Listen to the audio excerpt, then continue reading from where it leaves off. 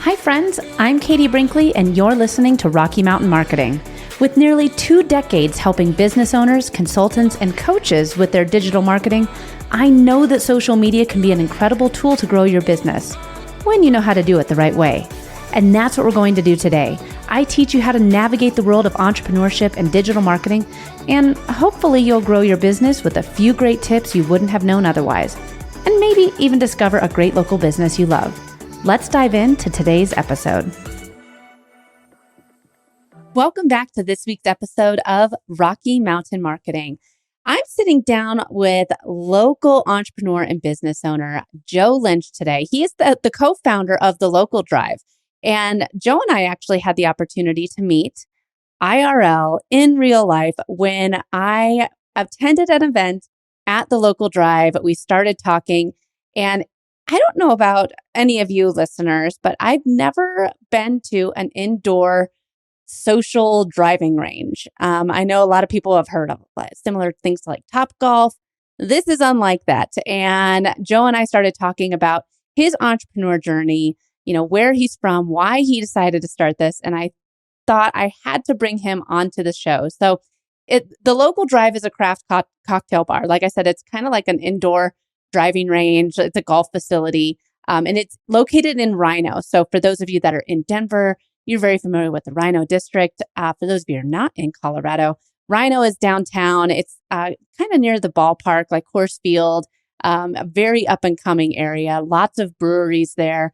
It's where, when I used to work at the TV station, I would try and go for a 30-minute walk every day. And I'd walk down to Reno and then turn around and walk back. And I remember one of the cool things about Reno is that it was in transition. And now that I went and visited the Local Drive a few weeks ago, it's transitioned, I want to say. It is one of the coolest places in downtown Denver. So, but Joe, back to you, not just Reno and the great area, but he actually has worked the hospitality industry for over 18 years from Marriott. And he moved here to Colorado, opened up a business.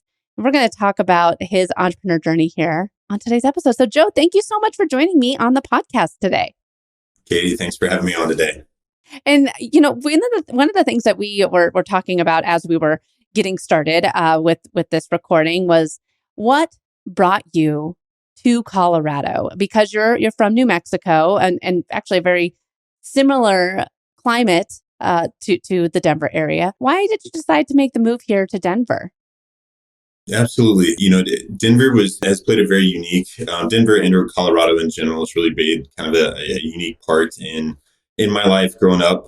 Grew up ski racing and fell in love with Colorado. And I think that planted a seed that at some point in my life, Colorado will become kind of the destination, if you will. And so over, the last 15, 18 years, it's truth be told, I feel like I've almost avoided it because I knew once I got here, I wouldn't want to leave. And, through COVID and a few other things, I've got family here, and it's really, I think a lot of people can say there's something about the mountains that just kind of brings that, place that you want to be. It's very, I'm an outdoorsy person, but my previous career has always taken me to major cities. And Colorado is truly kind of the best of all worlds for myself, my family, and the business that we're growing right now. And so it's COVID did a few things and made a few adjustments. And about 2 years ago now, had made the move to Denver here. And Joe, I love it because you started your entrepreneur journey during COVID, and unlike so many entrepreneurs during the trials and pivoting that happened in 2020. You decided to open a business that was not online. It was a someplace for people to go and mingle. And I want to just kind of talk about what you went through with starting a bit, because you always worked in corporate, and you decided to make the move over to entrepreneurship during probably one of the most trying times for any business owner, especially a new business owner. So talk to us a little bit about what you were going through and why you decided to continue with opening up a business that is not online when everyone, it seems, was shifting to an online business model. Absolutely. Whenever my business partner Winston and I met 8 years ago, back in Houston, Texas, and became just great friends. And over the years, he had actually moved up here prior to myself, about a year ahead of time. And whenever I had gotten moved up here, he and I had always talked about, we need to open a business, we need to open this, we need to open that, and often that comes with a little bit of smoke, if you will, and it's a great idea, but is it really going to happen? And after I'd moved up here with Winston. I was actually moving up here for a different corporate role, and without the initial intention of opening a business. And as whenever I moved up here, honestly, within about a month, that's whenever this concept was, really put on paper, pen to paper, if you will. And Winston and I were kind of looking into what we're passionate about, what we enjoy. And we started taking a little bit more of a look at what was in the Denver market whenever it comes to a indoor golf facility. As you mentioned earlier, a lot of people, when they think of indoor golf, the first thing that comes to mind is Topgolf. For what we're looking at and what we wanted to do, there's about 4 other locations in the Denver area. And, again, it kind of sparked our interest because, we saw opportunity. We wanted to do something that was different from what you see in the market and almost appeal to a little bit different clientele. There's more females playing golf than ever before, which is really exciting. And then, you also go into historically, a lot of locations they're built for the sole purpose of golf. And so some of these were some of the factors that, drew us to building more of a social networking, very welcoming environment with the local drive. So it's something that we didn't see was in the market, and we found a niche we're one of the largest locations in Denver, but whenever we can host about 140 people in our space, with the 5 TrackMan simulators. And, I think with us looking at building this brick and mortar, Winston and myself, my background was in hospitality. I've opened hotels, I've opened restaurants. So this was really within my wheelhouse. Now, while I say that, this is also my first business to open, and much less in the city of Denver, and this is going everything from, brick and mortar. Winston and I originally didn't look to do a full construction build. So as we were looking at locations and things like that, again, we're dangerous. We're dangerous at a lot of things, but we don't know everything, and we don't act like we do either. And, truth be told, we met Dean from the Coble Group, and he's our landlord and partner. And we set out on the trek to do a full construction build. So we went through quite literally top to bottom, from architecture bids, getting several construction bids, and going through the entire design, sourcing equipment, building the brand, quite literally everything top to bottom. And that was just Winston and myself doing that. To give you a little bit, Winston's background is actually in the oil and gas industry. So we come from 2 polar opposite backgrounds. And but to come together on a project like this, I think we do a really great job complementing each other. What he's good at, he runs with. What I'm good at, I run with. If neither one of us are good at it, we pay somebody to do it, kind of thing. So it's quite a humbling experience, but we've really enjoyed the ride. Certainly some good learnings and things like that through the process. But we just finally got opened about 4.5 months ago, and have been running well, getting into the winter season that we're really excited about. Well, Joe, I think that it's interesting too that you say, like, yeah, when Winston and I get together, amazing big things can happen, and sometimes it can be scary. I mean, like, talk about moving to a new city, and you don't just decide to open up a new business, a brick and mortar business, but you decide to go all in and actually work with an architect and contractor. I mean, it's not just like, this is a good space. You built the building. So I think that's really awesome.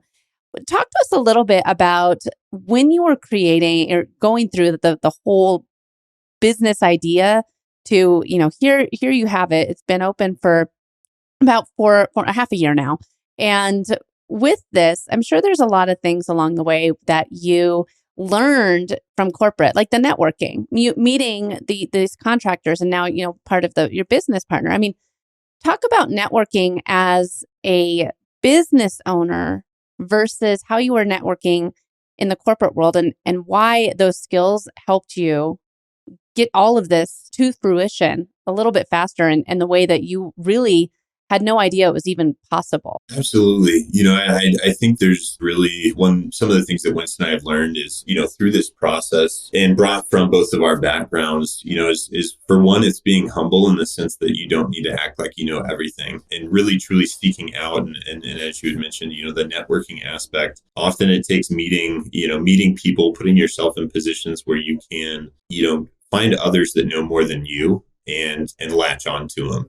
And so, Winston and I, through building this business, we had actually we built a full portable simulator as well. So we've got the only TrackMan portable golf simulator in the state of Colorado, and that was built as a marketing tool for us to get out and network and to bring, really kind of also help foster our ideas for what we wanted to really curate with the brand, and so on and so forth. And getting to, I guess, kind of starting even from that baseline of working through the architects, learning building codes, learning all the specs and ins and outs that we would need, and it being brand new to us. That has been a very unique thing that we've taken a lot of learnings from, because neither one of us have done a full-blown construction build from a gray shell all the way out to what our facility is.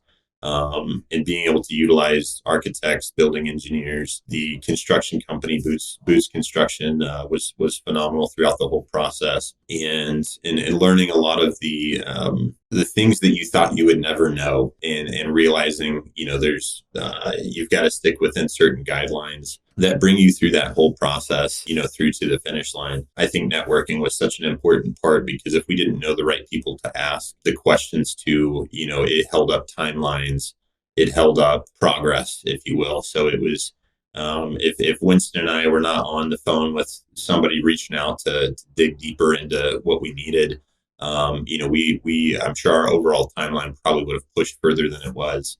And so I think it's very important to get out of your shell, as far as, we did it in the very beginning. We said, we can do this, this is no problem. We'll take this on. Treading in off a cliff is not the right way to put it, but, jumping off and saying, we're going to do it, whenever realizing it's like, no, there's people that do this for a living. Let's ask the right questions and get that support. It helps. It pays dividends in the long haul. It totally does. And I think that was one of the things that I learned as I was growing my business, is the delegation and finding people that are experts in their craft. They know more than you.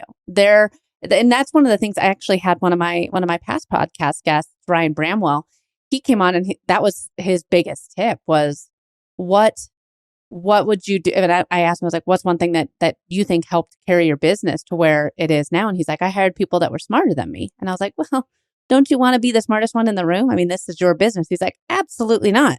I know what I'm good at. And so I am one of the best in the room for that. But you want to hire people that are geniuses in their zone. And that's really one of the things that I took from his podcast episode, and I've tried to implement in my business, from, hiring my copywriter. She's amazing. She can bust out so much copy. And I'm like, gosh, you are so good at writing. I mean, and so finding those people that are geniuses in their own zone, so that they can help grow your business to what you want it to be. And you also said the M word, which is something that makes me so excited.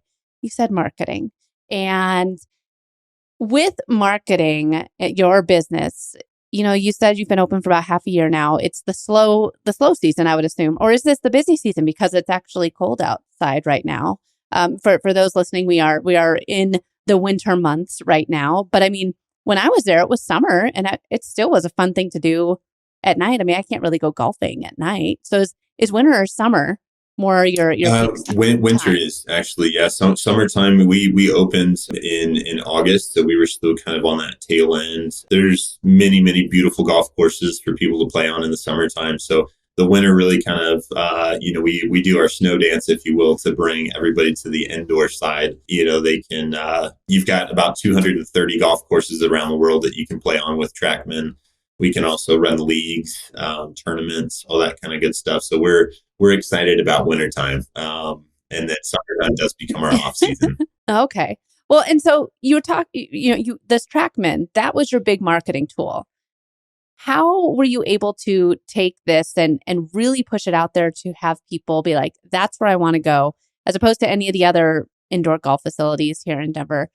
Why did you decide that this was going to be your big marketing tool, and how's it worked? Yeah, one of the big things, as I mentioned earlier, with building that portable TrackMan simulator, it's a full size cage, and it is actually built into an arm of our business. So we actually utilize that for events. So we've had it at the Gaylord Rockies, we've had it in hotels, rooftop of steakhouses, people's homes, breweries, wineries. We take it everywhere, and whenever we were starting to build our brand, we were doing pop-ups. So we were literally checking in with bar facilities, wineries, you name it. We were asking if we could literally just come and build it and create an experience for people to see it, because we are passionate, about the product. TrackMan is one of the premier, arguably the most premier golf simulator equipment in the world. It's effectively what the pros use. It's definitely held as a if you're a golfer in any regard, you've probably heard of TrackMan. And we knew with the premier product that also brings people that come knowing they're getting a very quality product coming in to play. They've played college collegiate tournaments on TrackMans. So that just kind of gives you more of how accurate they truly are. And so we wanted to run with that for starters, but getting it out and we, with our longer construction time than we were originally looking at doing, that allowed us to get into the market, become known, work with radio stations, the hotel industry, hotel and lodging industry, things of that nature that helped become our brand, because our space was also designed with private events in mind, actually very similar to the one that you had attended. So we wanted to get out to those markets because this is something we can take all over the state. And originally it was a marketing tool, but now it actually turned itself into a branch of our business. So anybody can actually rent that portable, and you can come to us for golf, or we can bring it to you. So it's played a very key role in us being able to grow and differentiate from what we are in the market. Yeah, that's awesome. And I think that all of the different, that was your differentiator. That's one thing that you used. I mean, because like you said, you had that longer build time of actually getting open, and you're able to still bring in some money and drive revenue. See if this, test this product, see if there was a demand for it. And there was. I'd also like to talk about what sort of marketing you're doing right now that's really worked for growing the local drive name and growing the business for now that you are open, now that people can come and use it. You don't need to be taking it out to different events. What marketing's worked to drive business for you? Absolutely. There's been several different channels. I would say one of the most active areas obviously is through our social media outlets. So we do have everything from, TikTok, Facebook, LinkedIn, Instagram, all of those outlets, and utilizing a lot of our partners, through, for example, there's a group called the Colorado Golf Blog. They're a big group that does summer tournaments. They've got over 250,000 followers. We've worked with, them to help market, what we were coming into. So our social media, I feel like is I don't think I quite knew how big social media needed to be opening this business, just to have that visual presence, because it's truly a metric that people use now. We don't go on TripAdvisor. We look at their Instagram, and that's such a almost a barrier of entry of, an activity. And so we've got a fantastic guy, Jay with J Piper Designs. He works with us through all of our website designs, making sure there's a lot of SEO. And we work through a lot of our local partners and I can touch a little bit more later on just the brand of the local drive, but one of our biggest things is that we have a partners and affiliate page on our website. So we actually put any of our partners on there to build the SEO traction and the engagement through that side. And then outside of that, there's just a lot of the community outreach. We still do pop-ups from time to time, but I would say on that side, and then you could even extend it to, we've done radio stations. We've worked with 104.3 The Fan to do a big media push and create an activity where you could win prizes and things like that by coming in, and you could beat one of the old, he's going to get me for that one. He's one of the old Broncos players. His name's escaping me right now. There was a Beat the Pro challenge. So really pushing, things through that marketing side and trying to utilize also a hands-on approach. Winston and I are also very much involved in Visit Denver, getting involved with the city of Denver itself, Denver Partnership, the Rhino Arts District Partnership, the Hotel and Lodging Association. There's probably another half dozen associations that we could touch on, because Winston and I we're very much a people person. I like to talk to you in person. I like to have meetings in person and that engagement, right? And so we want to get involved with the community, and we also found that to be a very important avenue for people to know us. So we've hosted, for example, with Visit Denver, we have hosted Visit Denver events at our location. We're working on with the Hotel and Lodging Association of Colorado to try and do an event through our space. So we're trying to really hit it not only from the media and the internet and things of that nature, but also very much a hands-on approach of getting out in the community. And I think that what you said is exactly what brick and mortar businesses, especially new ones, should do. Well, one, I love that you said the power of social media, because, that's my thing. And with social media, it is such an incredible tool. People do go to your Instagram page before they pick up the phone. They want to learn a little, wait a second, let me just see if there's pictures. Let me just see what they're all about. So having that awareness and having that presence on social media is a great way to have your business images out there, to have people who are searching for you or want to learn more about you, and they can just head on over to Instagram or Facebook or LinkedIn, whatever their social media platform of choice is, and learn a little bit more about you. But I also love that you shared that you're creating partnerships. And that's one of the things that I think a lot of us forget about. And honestly, I was having a conversation with a friend a few weeks ago about podcasting.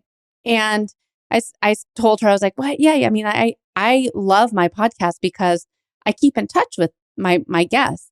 And she was like, well, isn't that a lot of work? And I was like, well, and every show that I go on, I keep in touch with them. And she's like, that's just a lot of like upkeep. And I was like, yeah, but it opens up more opportunities.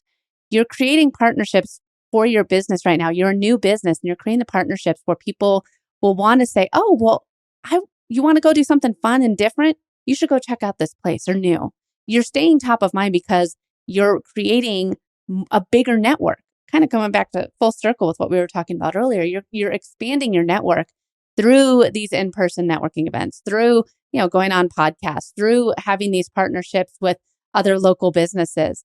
And I think that that's such a great way. It's honestly, I not including the paid radio ads and everything, but those free partnerships sometimes end up paying off bigger in the long run than doing a lot of those. I completely agree with you, Katie. I think there's, and to say that there's been some learnings, if you will. I think Winston and I are very much, the mindset that, you can't knock it until you try it. If we've done something, we've learned from it, whether it was great, let's do it again, or okay, let's check that, off the list, and at least we know now. And, it's something that I think that we've tried to operate on. It's a yes or a no. There's no in between. And so for us to, just, hey, this sounds good. Looks good. Let's run with it and take the experience that we get from that and go. And as you said, I think, getting to speak with you and there's things that I get to learn that, again, We've only done a podcast or two, but being able to, it's a different vision, it's a different experience, and taking a lot of that kind of stuff from you opening your own business as well. It's every day is a learning. 100%. So I'd like to actually wrap up this podcast episode with one of the biggest mistakes that you've made. And if you could have the Cliff Notes version, if you could say, hey, look, I did this wrong. Here is the Cliff Notes version, new business owner. Learn from me. What is that one tip that you'd want to give them so that they don't make the same mistake that you did? I think it's knowing what you're good at. You can't, I think when you open a business, it's your baby. You want it to be what you want it to be. And sometimes you don't want to hear what somebody else that's maybe already gone through it has a different point of view sometimes. And I think knowing when to stay in your lane and knowing when to ask for help or guidance or experience, I think that's probably one of the biggest things that I've taken away through this experience is, it's okay not to know everything, but use your tools, use your networking, because I guarantee you somebody has gone through it and is able to help steer you, give advice, and guidance to kind of help you through that. But humbly, it's just we want it to be perfect. Not everything's going to be. And you just need to learn how to pivot and move forward with what you're doing. Yeah, pivot was definitely the word of 2020. And I think that all of us as business owners should still apply that pivot practice with how we continue growing our businesses. Always have, okay, not if the world shuts down again, but what are other ways that I can continue growing my business? Because you don't want to have all of your eggs just in the one basket. Joe, this has been such a great conversation. For those who live here in Denver and they want to come and check out, and maybe hit some balls, tell us a little bit more about how to connect with you further, where they, what website we should go to, how can they connect with Joe and absolutely, just know more Katie. about you? So our website, www.thelocaldrivedenver.com. That's the best place to be able to see everything from our private events, daily bookings, and everything in between, some of the fun activities that we do. Our Instagram is @thelocaldrive. That's actually probably one of the most active areas. We are the largest indoor golf facility social media in Denver, and we stay very active on it. So anything we have new, exciting, new cocktails, new apparel, new leagues, all of that kind of good information. That's a great way to get plugged in and see what we have going on a day-to-day basis. And outside of that, come in and see us. We're in a great spot over in the Rhino Arts District of downtown. And as Katie had mentioned, it's one of the most up and coming areas. There's a lot of cranes over here going on, but it's a very unique space to come in and enjoy a fun activity. Awesome. Well, thank you again so much for joining me on the show today. Thank you for your time, Katie. I appreciate it. We'll talk soon. For those of you that are interested in building more business, I invite you all to Social Profit Lab, which is going to be February 21st through 24th, 2023. I've brought together over 40 speakers, giving you the insights and the education into that one small thing in your business that could have massive results. Thanks so much for listening to this week's episode of Rocky Mountain Marketing. Make sure to subscribe so that you can continue navigating the world of entrepreneurship. And I'd love to hear from you. Please leave the show a review and connect with me on social media. You can find me on Instagram @IamKatieBrinkley or connect with me on LinkedIn.